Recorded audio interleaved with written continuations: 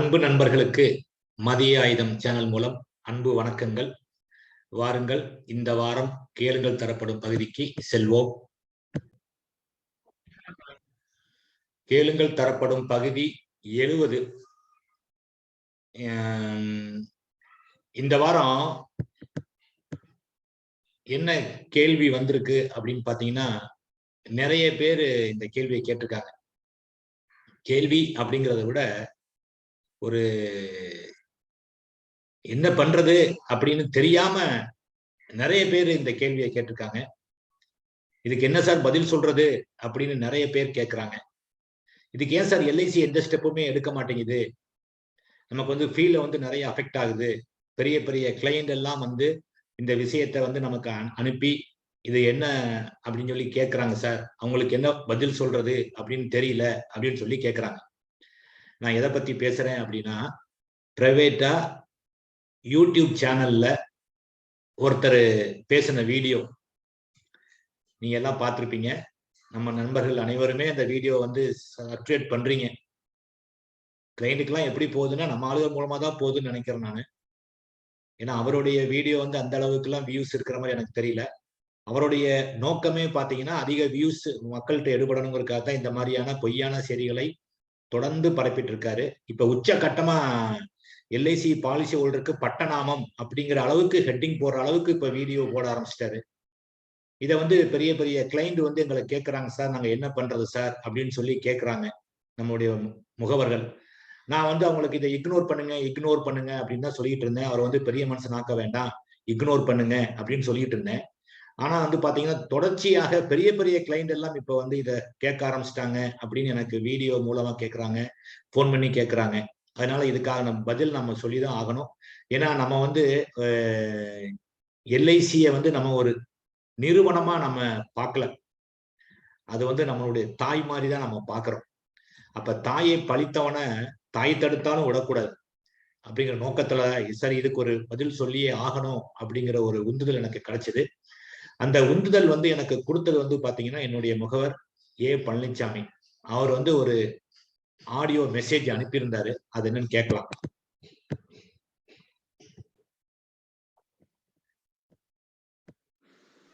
வணக்கம் Mathiyazhagan sir, Palaniswami.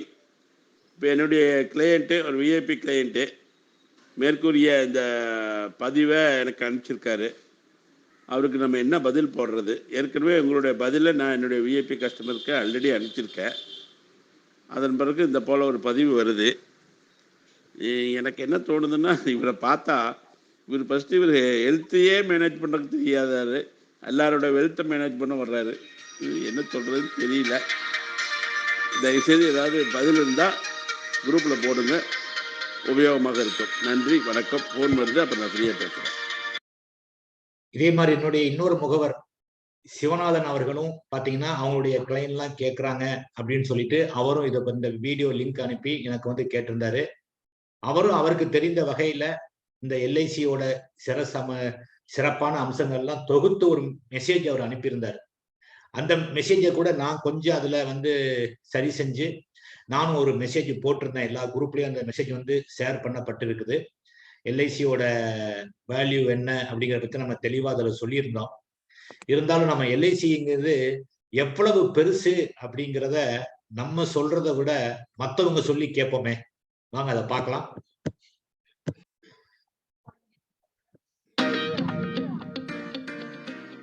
I'm going to show you a statistic that will definitely blow your mind. Imagine, these are all the individuals in India who have some life insurance policy.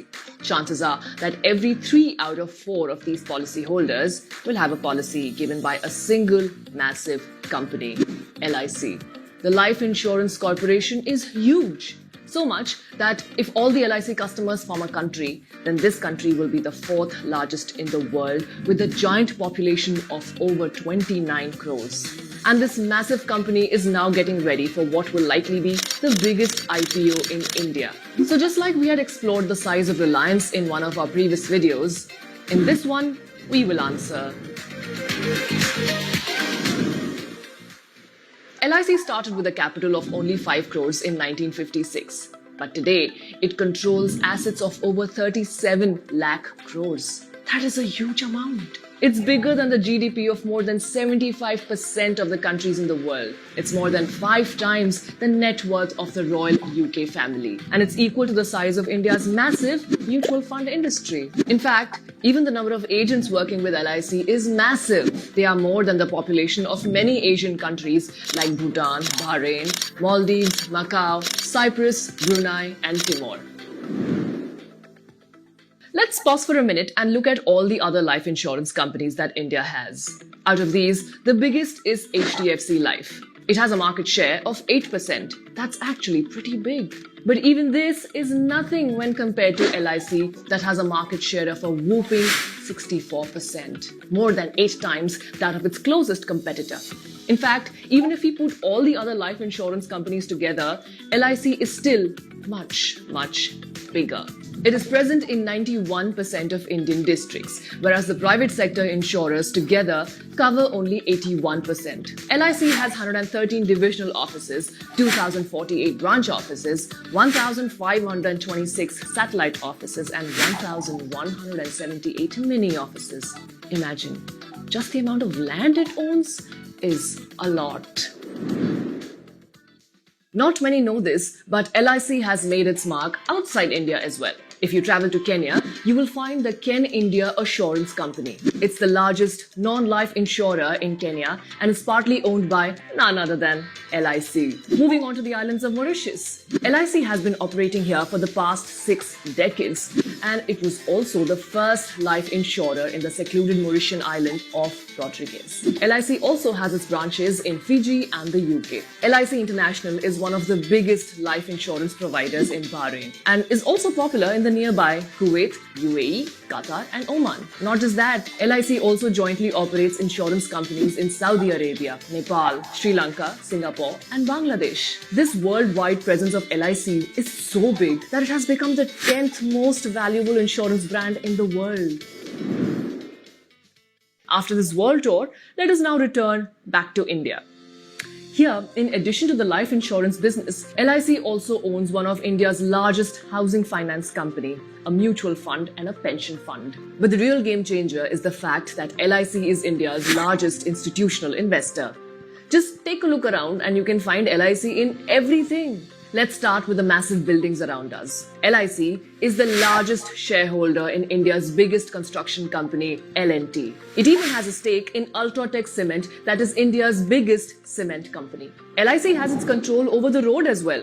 It has more than 10% share in Hero MotoCorp, that is the world's biggest manufacturer of two-wheelers. More than 5% shares in Maruti Suzuki, that is India's leading passenger car manufacturer, and more than 8% shares in Mahindra & Mahindra, that is the world's highest tractor seller. LIC even has a stake in the oil used to run these vehicles, as it is a shareholder in India's largest commercial oil company, Indian Oil. Now, let's look at banks. LIC holds over 49% stake in IDBI Bank and over 8% stake in popular banks like Axis, Canara, and even in the country's biggest bank, SBI. How can we talk about LIC's investments without mentioning the giant ITC? ITC owns more than 100 luxury hotels in India and is Asia's largest cigarette manufacturer. Owns famous brands like Fiamma, Vivel, and Savlon, and is one of India's biggest seller of branded foods. The second biggest shareholder of this massive ITC group is none other than LIC. Things don't stop here. LIC is also widely present in the technology sector.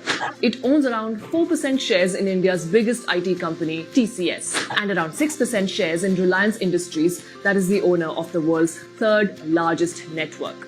LIC also owns substantial minority stakes in many other giant Indian companies, like in Bata, that is India's biggest footwear retailer and manufacturer, in Adani, that is India's largest private multi-port operator, and in the NSE, National Stock Exchange itself. All of these investments are just a small part of the total investments that LIC makes every year. In fact, in just the last year, LIC invested more than 30 lakh crores. This amount is so massive that in order to match it, an average Indian will have to save all their income for more than 7 crore years. That's how unbelievably huge LIC's investments are. The thrill and excitement around LIC has recently increased because of its upcoming IPO. Even though we do not know yet when this IPO will be released, what we do know is that the government is seeking a valuation of 8 to 10 lakh crore rupees for LIC. And if it does get valued at more than 9 lakh crore rupees, it will overtake Reliance, that is currently India's most valued company. The value of LIC is so massive that even if the government decides to sell just 5% of its stake in the IPO, then LIC would become India's biggest ever IPO. This single IPO will have the potential to raise 1 lakh crore rupees, an amount that is more than 5 times higher than what was raised through the largest IPO till date in the country. All of this tells us that LIC is just huge. And in 66 years of its existence, it has truly managed to gain a gigantic presence over our economy and life. Did you know about these LIC ventures? What do you think about these? Tell us in the comments and also let us know which other big companies we should. நண்பர்களே, இந்த video உங்களுக்கு எல்ஐசியோட real பிக்சரை நமக்கெல்லாம் உணர்த்தி இருக்கோம். உண்மையிலே அந்த video போட்ட நபருக்கு நம்ம நன்றி சொல்ல கடமைப்பட்டிருக்கோம். ஏன்னா அவர் இந்த மாதிரி நம்ம எல்ஐசியை பத்தி தப்பா ஒரு நியூஸை போடல அப்படின்னா நம்மளுடைய பவர் நமக்கு தெரியாம போயிருக்கும். எல்ஐசி எவ்வளவு பெருசு அப்படிங்கறதே நம்மள பல பேருக்கே தெரியாது. பாருங்க, எவ்வளவு பெரிய நிறுவனத்துல நம்ம ஒர்க் பண்றோம் அப்படிங்கிறத நம்ம எல்லாம் பெருமை கொள்ளணும். அப்ப இத உணரச் செய்த அந்த நபருக்கு நம்ம ஒரு வகையில நன்றி சொல்லலாம். இன்னும் சில விஷயம் உங்களுக்கு நான் ஷேர் பண்ண விரும்புறேன். இன்னும் உங்களுக்கு இதை பத்தியான அந்த எல்ஐசியை பத்தியான முழுமையான விவரம் உங்களுக்கு கிடைக்கும். அதையும் நீங்க பாத்துருங்க. ஏன்னா முதல்ல எல்ஐசி எப்படிப்பட்ட நிறுவனம் அப்படிங்கிறத பார்த்துட்டோம்னா அடுத்து அவர் சொல்லக்கூடிய அடுத்த குற்றச்சாட்டுக்களை நம்ம பதில் சொல்லிடலாம் ரொம்ப சுலபமா. அதுக்காகத்தான், வேற ஒண்ணும் இல்ல. பாத்துருங்க.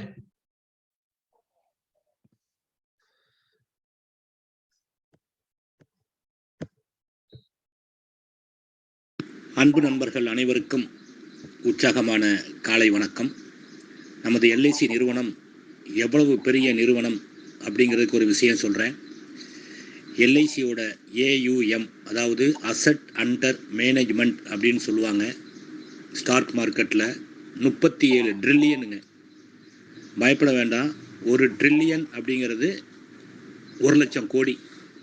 அப்போ 37 ட்ரில்லியன் அப்படிங்கிறது 37 லட்சம் கோடி நமது ஏயுஎம், அசட் அண்டர் மேனேஜ்மெண்ட். இந்த 37 லட்சம் கோடிங்கிறது பெரிய விஷயமா அப்படின்னு பார்த்தீங்கன்னா அது பெரிய விஷயம் இல்லை. மிக மிக மிக மிக பெரிய விஷயம். நமக்கு அடுத்து எந்த கம்பெனி பார்த்தீங்கன்னா வருது அப்படின்னு பார்த்தீங்கன்னா எஸ்பிஐ லைஃப் தான் வருது. அவங்க மேனேஜ் பண்ணுற அசெட் எவ்வளோ தெரியுங்களா? 2.21 ட்ரில்லியன் தான். அப்போ நம்ம எஸ்பிஐ லைஃப்பை விட 16.6 மடங்கு அதிகமாக நம்மளுடைய அசெட் வேல்யூ இருக்குது. இன்னும் சொல்லணும் அப்படின்னா நம்ம entire India mutual fund industry எவ்வளவு அசெட்டு அண்டர் மேனேஜ்மெண்ட்டு தெரியுங்களா? 31.43 ட்ரில்லியன் தான். அப்போ நம்ம என்டையர் இந்தியன் மியூச்சுவல் ஃபண்டு இண்டஸ்ட்ரியை விட 1.2 டைம்ஸ் நம்ம அதிகமாக அசெட்டு நிர்வகிக்கிறோம். இன்னும் சொல்லணும் அப்படின்னா நம்ம இந்தியாவோட ஜிடிபியில் நம்மளோட அசெட் வேல்யூ பார்த்திங்கன்னா 18.7%. இன்னும் ஒரு படி மேலே போய் சொல்கிறேன். UAE, Bangladesh, Malaysia, Singapore, Hong Kong, south Africa, New Zealand and Pakistan போன்ற நாடுகளோட ஜிடிபியை விட நமது அசட் அண்டர் மேனேஜ்மெண்டான 37 லட்சம் கோடிங்கிறது அதிகம். ஸ்டாக் எக்ஸ்சேஞ்சு, நேஷனல் ஸ்டாக் எக்ஸ்சேஞ்சில் ஒரு சிங்கிள் லார்ஜஸ்ட் பார்ட்டி யாருன்னு பார்த்தீங்கன்னா நம்ம எல்ஐசி தான். 4%க்கு மேலே மார்க்கெட் கேப் ஆஃப் கம்பெனியில் நம்ம ஸ்டாக் வச்சுருக்கோம்.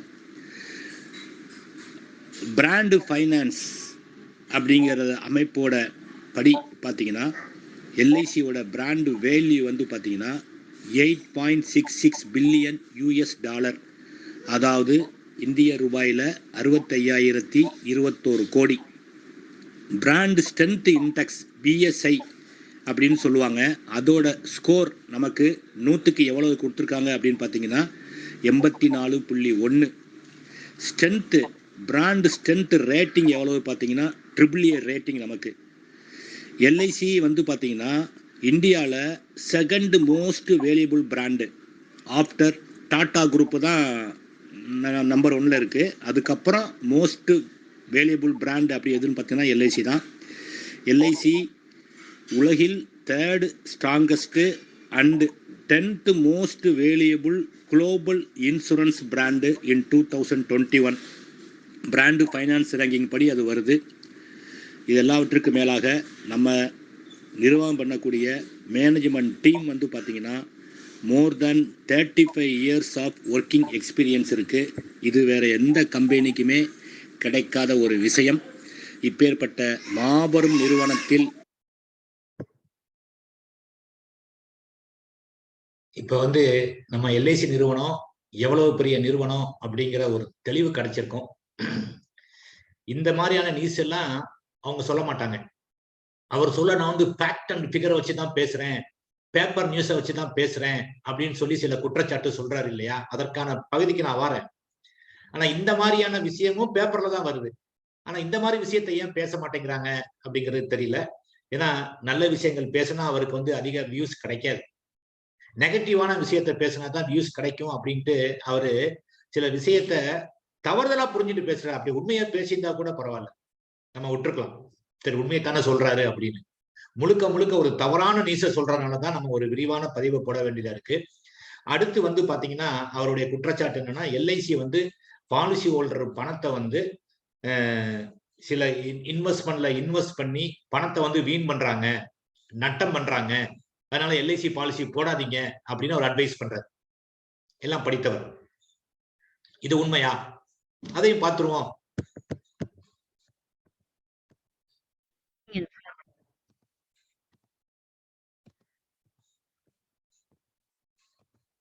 அன்பு நண்பர்கள், life insurance corporation of India booked a record 37,000 crore profit from share sale in 2020-21, the highest in its 65-year history as the stock market reached record high.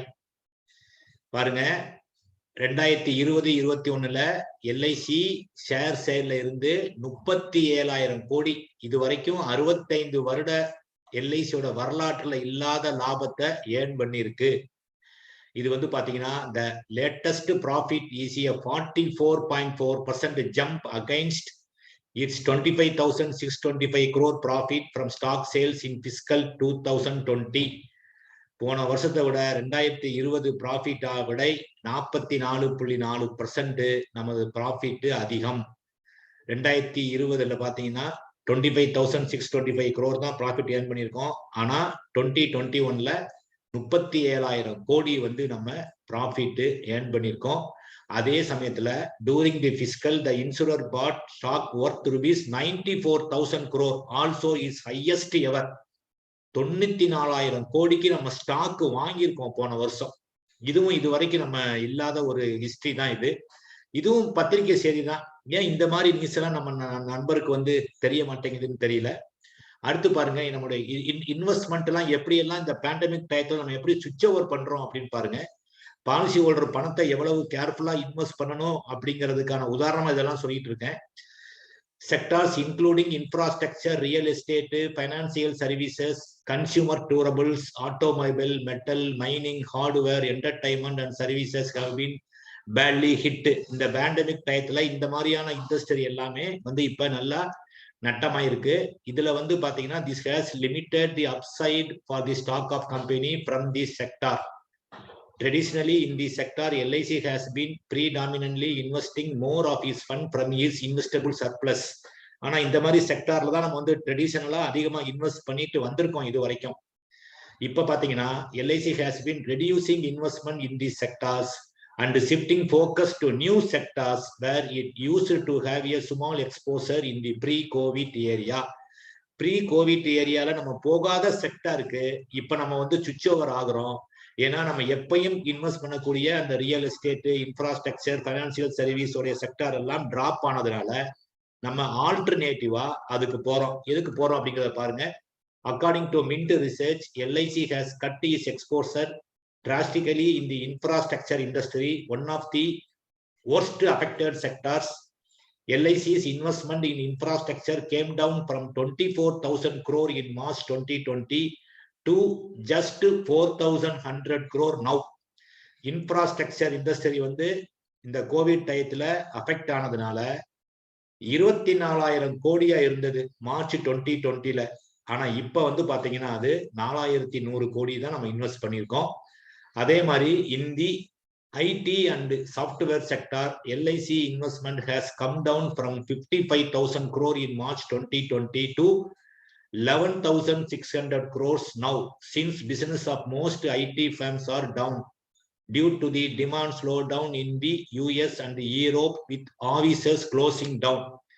IT industry-லையும் US, யூரோப்லாம் ப்ராப்ளத்தினால closing ஆறதுனால அந்த செக்டார்லையும் நம்ம 55,000 கோடியில இருந்து 11,600 கோடியா நம்மளுடைய இன்வெஸ்ட்மெண்ட்டை நம்ம குறைச்சிருக்கோம். நம்ம எதுல கூட்டியிருக்கோம் அப்படின்னு பாத்தீங்கன்னா, on the other hand, the pharmaceutical industry which has gained due to the pandemic has attracted LIC the most as an investor. Its investment in pharma is now at over 37,000 crore against 17,700 crore last year. Pharma industry வந்து இந்த pandemic டயத்துல வந்து growth ஆகிறதுனால நம்ம வந்து பாத்தீங்கன்னா 17,700 கோடியா இருந்த இன்வெஸ்ட்மெண்ட்டை 37,000 கோடியா அதிகரிச்சிருக்கோம். அதே மாதிரி as demand for FMCG product, FMCGனா வேற ஒன்றும் இல்லை, ஃபாஸ்ட் மூவிங் கன்சியூமர் குட்ஸ், அந்த இண்டஸ்ட்ரியில shoot up with people rushing to buy more personal and home care product.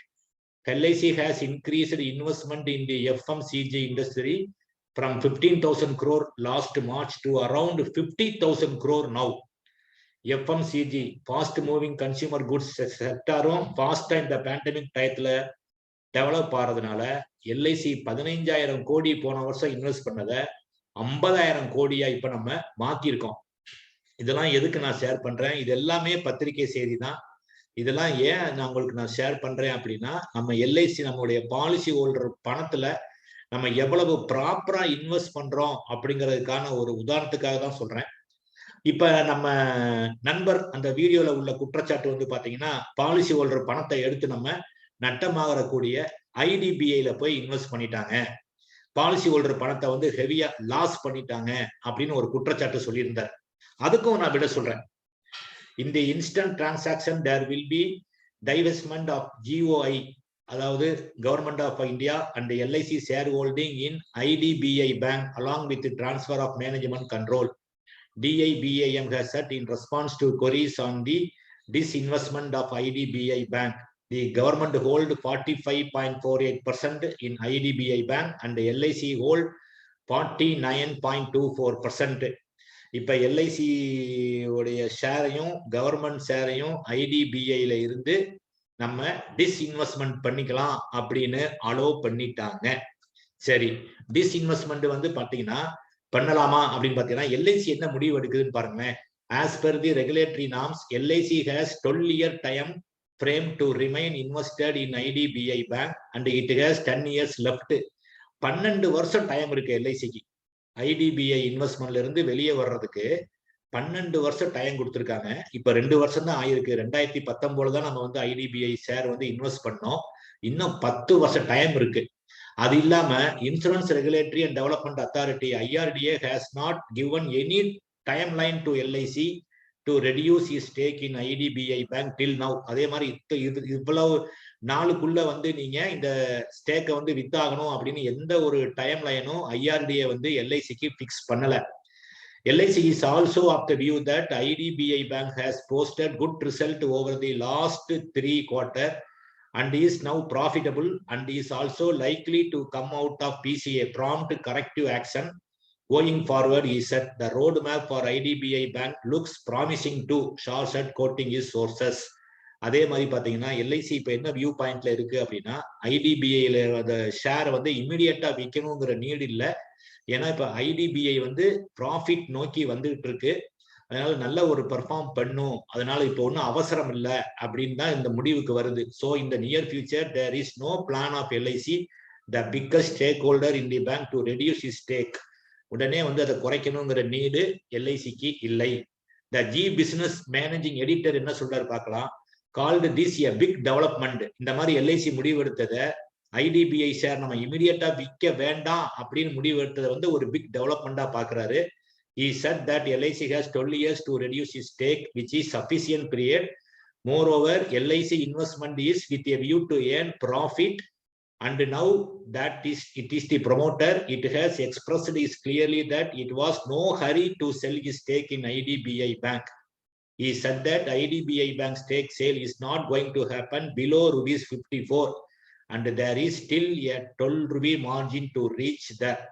அதாவது நம்ம 54 ரூபாய்க்கு தான் ஷேர் வாங்கியிருக்கோம். அதனால 54 ரூபாய்க்கு கம்மியாக நம்ம ஷேர் போகும்போது அந்த ஷேரை விற்க வேண்டிய அவசியம் இல்லை, விற்க மாட்டோம் அப்படிங்கிற முடிவை தான் எல்ஐசி எடுத்திருக்கு.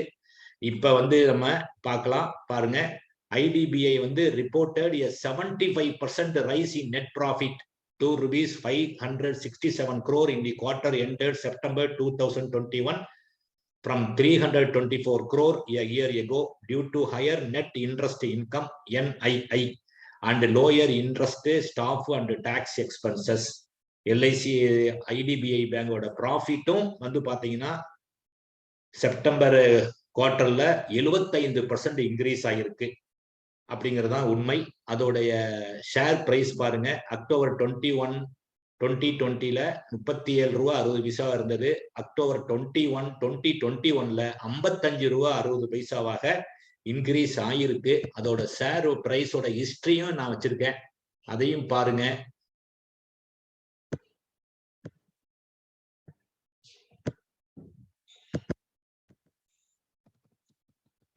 பாருங்க, ஜனவரி 2021ல 31 ரூபாய் 70 பைசாவா இருந்திருக்கு. அது அப்படியே எப்படி இன்க்ரீஸ் ஆகுது, அப் அண்ட் டவுன் ஆகிட்டே இருக்கு. சில ஒரு ஸ்டேஜ்ல பாத்தீங்கன்னா 40 ரூபா 35 ரூபா 37 38 39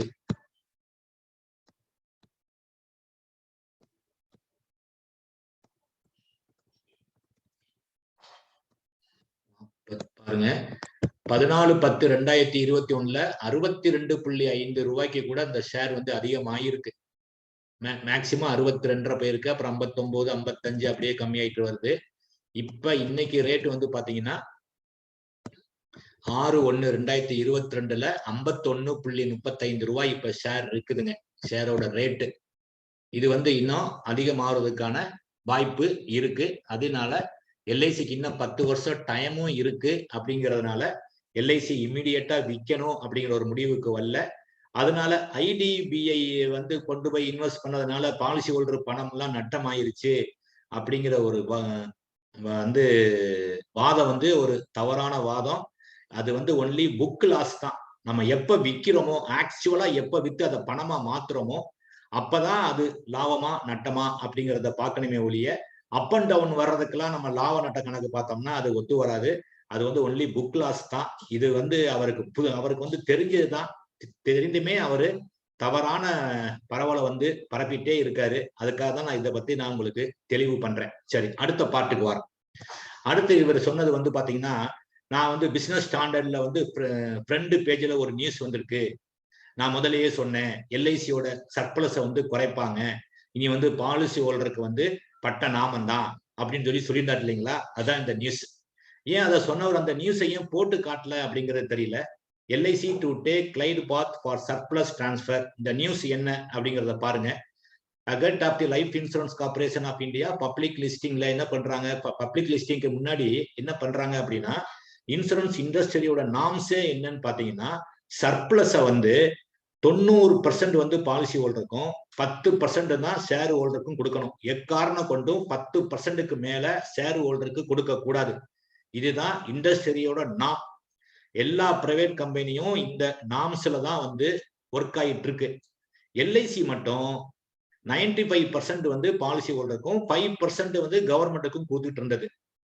அதை வந்து படிப்படியா நீங்க இண்டஸ்ட்ரி நாம்ஸ்குள்ள வரணும் அப்படிங்கிறதுக்காக என்ன பண்றாங்க, இப்ப முதல் 2 வருஷத்துக்கு 92.5% அதை குறைக்கிறாங்க.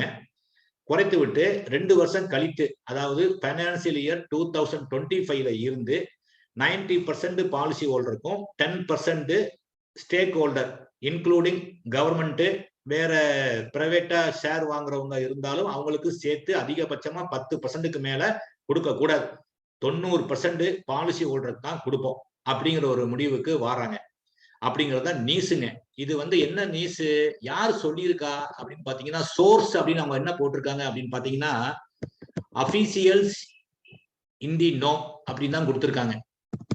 இது அப்ப பாருங்க, இதுல தெரியும் சோர்ஸ் என்ன சோர்ஸ்ல போட்டிருக்காங்க அப்படின்னா, அபிஷியல்ஸ் இன் தி நோ. யாரோ தெரிந்த ஒரு அபிஷியல் இந்த நியூஸை ஷேர் பண்ணியிருக்காரு. இன்னும் அத்தாரிட்டியா நமக்கு விஷயங்கள் இன்னும் ரிட்டனா வரல. அப்படியே வருது அப்படின்னா கூட இதனால பாதிப்பு வருமா அப்படிங்கறத இப்ப நம்ம பார்க்க வேண்டியது. கரண்ட் பாத்தீங்கன்னா 95, சர்ப்ளஸ் 5% நம்ம கரண்ட் ரேஷியோ இது. அடுத்த 2 வருஷத்துக்கு பாத்தீங்கன்னா 92.5% பாலிசி ஹோல்டருக்கு, 7.5% ஸ்டேக் ஹோல்டருக்கு. அடுத்து 2025 இருந்து சர்ப்ளஸ் 90% பாலிசி ஹோல்டருக்கு, 10% ஸ்டேக் ஹோல்டருக்கு. எக்காரணம் கொண்டும் 10%க்கு மேல ஸ்டேக் ஹோல்டருக்கு கொடுக்க கூடாது அப்படிங்கிறது தான் இந்த சட்டமானது பாலிசி ஹோல்டருக்கு ஒரு பாதுகாப்பை கொடுக்குது. ஏன்னா நிறைய பேர் என்ன நினைக்கிறாங்க அப்படின்னா, அப்படியே படிப்படியா பிரைவேட் உள்ள வந்த உடனே இந்த ப்ராஃபிட்ல 10%ங்கிறத 15% ஆக்கிடுவாங்க, 20% ஆக்கிருக்காங்க, 30% ஆக்கிடுவாங்க, லாபத்தை அவங்க அடிச்சுட்டு போயிடுவாங்கங்கிற பயம் இருக்கக்கூடாது அப்படிங்கறதுக்காகத்தான் லீகலா 10%க்கு மேல ஷேர் ஹோல்டர் கொடுக்க கூடாது, 90% கண்டிப்பாக பாலிசி ஹோல்டருக்கு கொடுக்கணும் அப்படிங்கிற ஒரு கண்டிஷனை அவங்க பிக்ஸ் பண்ணிருக்காங்க. சரி, இப்ப அவர் என்ன சொல்றாரு, இதனால பாலிசி ஹோல்டருக்கு லாபம் குறையும் அப்படின்னு அவர் சொல்றாரு. அதாவது இப்ப உதாரணத்துக்கு 1 லட்சம் ரூபாய் லாபம் வருது, அதுல 5% நம்ம 5000 கோடியை நம்ம மத்திய அரசு கொடுத்துருவோம் கவர்மெண்ட்டுக்கு. அது ஏன் கொடுக்குறோங்கிறதையும் அவர் மிஸ்டேக்கா சொல்றாரு. சாவரன் கேரண்டிக்கு ஃபீஸா நம்ம அதை கொடுக்குறோம் அப்படின்னு சொல்றாரு. சாவரன் கேரண்டிங்கிறது செக்ஷன் 37 படி நமக்கு சட்டப்பூர்வமா கொடுக்கக்கூடிய ஒரு பாதுகாப்பு. ஏன்னா 1956க்கு முன்னாடி எல்லா பிரைவேட் கம்பெனியும் ஃப்ராடு பண்ணதுனால மக்களுக்கு ஒரு நம்பிக்கை வரணும் அப்படிங்கிறதுக்காக எல்லா பிரைவேட் கம்பெனியும் ஒன்றிணைத்து எல்ஐசி துவங்கப்பட்ட பொழுது மக்களுக்கு நம்பிக்கை ஊட்டுவதற்காக அனைத்து பணத்துக்கும் சாவரன் கேரண்டியாக மத்திய அரசோட உத்தரவாதம் தாரோம் அப்படின்னு சொன்ன செக்ஷன் தான் செக்ஷன் 37. அந்த சாவரன் கேரண்டிக்கு ஃபீஸா நம்ம 5% கொடுக்கல, கவர்மெண்ட் தான் நம்மளுடைய ஷேர் ஹோல்டர். அப்ப ஒன்லி ஷேர் ஹோல்டர் கவர்மெண்ட் தான் 5 கோடி பணம் போட்டது. அப்ப அந்த 5 கோடி பணம் போட்ட ஷேர் ஹோல்டருக்கு 5% நம்ம கொடுக்கணுங்கிறது சட்டம். மீதி 95% பாலிசி ஹோல்டருக்கு பிரிச்சு கொடுக்கணும் அப்படிங்கிறது அப்ப உள்ள சட்டம். அதைத்தான் எப்படி மாத்துறாங்க, 10% ஷேர் ஹோல்டர் கொடுங்க, 90% பாலிசி ஹோல்டர் கொடுங்கன்னு இப்ப மாத்திருக்காங்க. அவ்வளவுதான் வித்தியாசம் ஒழிய சாவரன் கேரண்டிக்கு சார்ஜ் ஆஃப் ஃபீஸா நம்ம 5% கொடுக்கல, அது ஒரு பொய். சரி, மீதி 95,000 கோடி கொடுத்த இடத்துல இனிமே நீங்க 10,000 கோடியை 5,000 கோடியை கவர்மெண்ட்டுக்கும் 5,000 கோடியை ஷேர் ஹோல்டருக்கும் எடுத்துட்டு அந்த பாலிசி ஹோல்டருக்கு போக வேண்டிய 5,000 கோடியை நீங்க ஷேர் ஹோல்டருக்கு கொடுத்துட்டு பாலிசி ஹோல்டருக்கு 90,000 கோடி தான் கொடுக்க போறீங்க. அதனால அவருடைய லாபம் குறையும். இதனால எல்ஐசி பாலிசி போடாதீங்க, நான் இதை முதல்லயே சொன்னேன் அப்படிங்கறதா அவருடைய வாதம். ஆனா உண்மை என்ன தெரியுங்களா, எல்ஐசியுடைய ஷேர் கேபிட்டல் இந்த மாற்றத்தினால் ஐபிஓ மூலமாக எவ்வளவு இன்க்ரீஸ் ஆக போகுதுங்கிறதெல்லாம் ஏன் மறைக்கிறாருன்னு தெரியல. இப்ப 100 கோடியா இருக்கிறது 25,000 கோடியா மாறப்போகுது எல்ஐசியோட ஷேர் கேபிட்டல். அப்ப இந்த 1 லட்சம் கோடி லாபம் ப்ராஃபிட்டா சர்ப்ளஸா அப்படிங்கிற விவாதம் கூட வந்தது. ப்ராஃபிட்னு எதை சொல்லணும், சர்ப்ளஸ்ன்னு ஏன் சொல்றோம் நம்ம இதை அப்படின்னு பாத்தீங்கன்னா, லாப நோக்கத்தோட செயல்படக்கூடிய ஒரு நிறுவனம் தோடைய வருமானம் செலவை விட அதிகமா இருந்ததுன்னா அதை நம்ம ப்ராஃபிட்னு சொல்றோம். லாபம் நோக்கம் இல்லாத ஒரு நிறுவனம் செலவை விட அதிகமா வருமானம் சம்பாதிச்சா அதுக்கு பேரு சர்ப்ளஸ். அப்ப நம்ம லாப நோக்கம் இல்லாத நிறுவனம் அப்படிங்கறதுனாலதான் நமக்கு வரக்கூடிய வருமானம் செலவு போக வரக்கூடிய வருமானத்தை சர்ப்ளஸ்ன்னு சொல்றோம், அதை நம்ம ப்ராஃபிட்னு சொல்றது இல்ல. கிட்டத்தட்ட மீனிங் தான் வர பாத்தீங்கன்னா எல்லாம் ஒண்ணுதான், ஆனா அர்த்தம் ஒண்ணுதான், சொல்லக்கூடிய வார்த்தைகள் வேற. ப்ராஃபிட்னா லாபம் நோக்கத்தோட செயல்படக்கூடிய நிறுவனம் அப்படின்னு அர்த்தம், சர்ப்ளஸ் அப்படின்னா லாபம் நோக்கம் இல்லாமல் செயல்படக்கூடிய நிறுவனம் அர்த்தம். அந்த சர்ப்ளஸ் வந்து அதே 1 lakh crore இருக்குமா? ஏன்னா கிட்டத்தட்ட ஷேர் கேபிட்டல் வந்து 25,000 கோடியா மாறப்போகுது. ஐபிஓக்கு அப்புறம் நம்ம இன்னும் நம்மளுடைய செயல்பாடு வந்து கண்டிப்பாக பல மடங்கு அதிகரிக்க போகுது. ஏன்னா இந்த வந்து இந்தியாவிலேயே ஒரு மிகப்பெரிய ஒரு ஐபிஓவா இது இருக்க போகுது. இதை வேண்டான்னு சொல்லக்கூடிய அந்த நபரே கூட எல்ஐசி ஷேர் வாங்குறதுக்கு நான் முந்தி நீ முந்தின்னு அவர் அப்ளை பண்ணுவார் பாருங்க. ஷேர் எனக்கு ஏதாச்சும் கிடைச்சா வாங்கி கொடுங்கன்னு கேட்கக்கூடிய காலம் வரும். ஏன்னா அவருடைய தாய் மாமா வந்து எல்ஐசி முகவர், மதுரை டிவிஷன்ல அவங்க மாமா ஒர்க் பண்றார். தாய் மாமா அவர் எல்ஐசி முகவர். அவர் வருத்தப்பட்டிருக்காரு இவரை பத்தி. நான் தான் தூக்கி வளர்த்தேன், அவர் இந்த மாதிரி இருக்கிறது கூட நான் தான் காரணம், நான் தான் அவருக்கு டெய்லி 2 முட்டை கேக்காக வாங்கி கொடுப்பேன், அதனால இப்படி ஆயிட்டாருன்னு சொல்லி அவர் வந்து வருத்தப்பட்டிருக்காரு. அது வேற கதை. ஆனா பாருங்க, அவர் சொல்ற பாயிண்ட் உண்மையா அப்படின்னு பாத்தீங்கன்னா அது உண்மை கிடையாது. எப்படி இருந்தாலும் நம்மளுடைய லாபம் என்பது அதிகரிக்கும். ஒரு 10% அதிகரிக்கிறதா வச்சுக்கோங்க. இந்த ஐபிஓ மூலமாக எல்ஐசி லிஸ்டிங் ஆவதன் மூலமாக நம்ம செயல்பாடு மேம்படுவதன் மூலமாக இன்னும் நம்மளுடைய இன்வெஸ்ட்மெண்ட் எல்லாம் இன்னும் தெளிவா இருக்கும். அப்படிங்கிற பட்சத்துல நம்மளுடைய ப்ராஃபிட் வந்து ஒரு 10% இன்க்ரீஸ் ஆகுதுன்னு வச்சுக்கோங்க. சர்ப்ளஸ் ப்ராஃபிட் இல்ல, நம்மளுடைய வார்த்தை வந்து நமக்கு சர்ப்ளஸ். அப்ப 1,10,000 கோடியா ஆனது அப்படின்னா அதுல 90% எவ்வளவுங்க? 90% எவ்வளவு?